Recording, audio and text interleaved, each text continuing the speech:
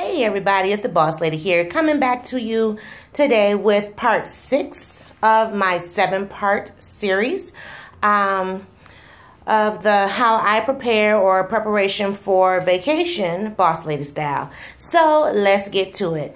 Okay, so once you're all packed and ready to go, all that is left to do is set the departure time. Now the departure time, it depends on your mode of transportation, whether you're doing a road trip or if you are doing a airline trip.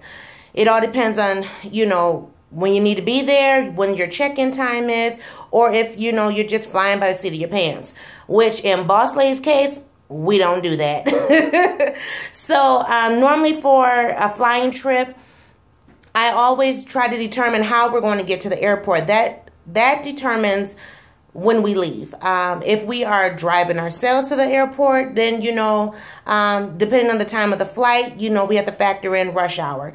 If we are going by light rail, then we have to factor in the light rail time frame of how long it takes to get there. And normally from our downtown area to the airport, it takes about 45 minutes. So I try to not fly during rush hour time. That way we're not dealing with rush hour traffic trying to get to the airport. Also, I try not to do carpooling. I don't like to be driven to the airport. I'd rather drive myself or do the light rail. It's a lot simpler because that way you're not depending so much on someone else. And then, 2, you have to make sure you get there in enough time so that you can, go through checkpoint and deal with TSA. So, our airport normally says make sure you're there about 2 hours before departure.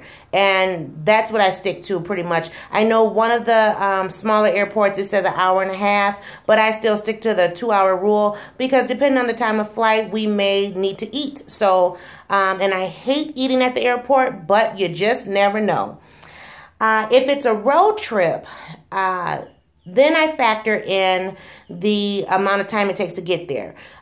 Normally traveling from Minnesota south, like Louisiana, Arkansas, that's anywhere from a 17, 18-hour drive, depending on where you're going. So, for me, I like to travel early in the morning. So I guess I'm used to it from being a little girl and traveling with mom and dad. They always, we left, I think, 2, 3 o'clock in the morning. And so it's just ingrained in my soul. That's what you do. Because then, you travel all day and you're there by nightfall, roughly 8, 9 o'clock. And then, you're able to move on with your trip. So if it's just like a 5, 6 hour trip, then definitely, I've tried to factor in when is our check-in time at the hotel. Some hotels allow you to check in early. Some are strict and to the book. And they say, nope, check-in's at 3, so that's when you check in. But I still like to travel early on a road trip, even if it is like a 5, 6 hour drive, just because I want to avoid rush hour traffic. Unless I'm traveling on the weekend, like Pina and I did for our trip back in June.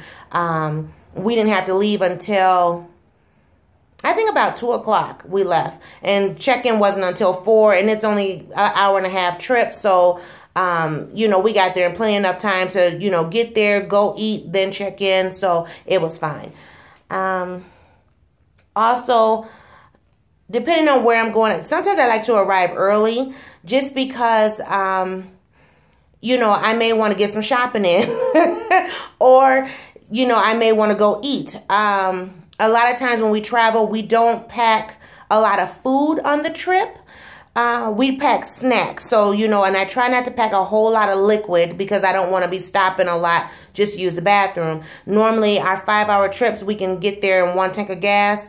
So, there's no need to stop unless somebody really has to go to the bathroom.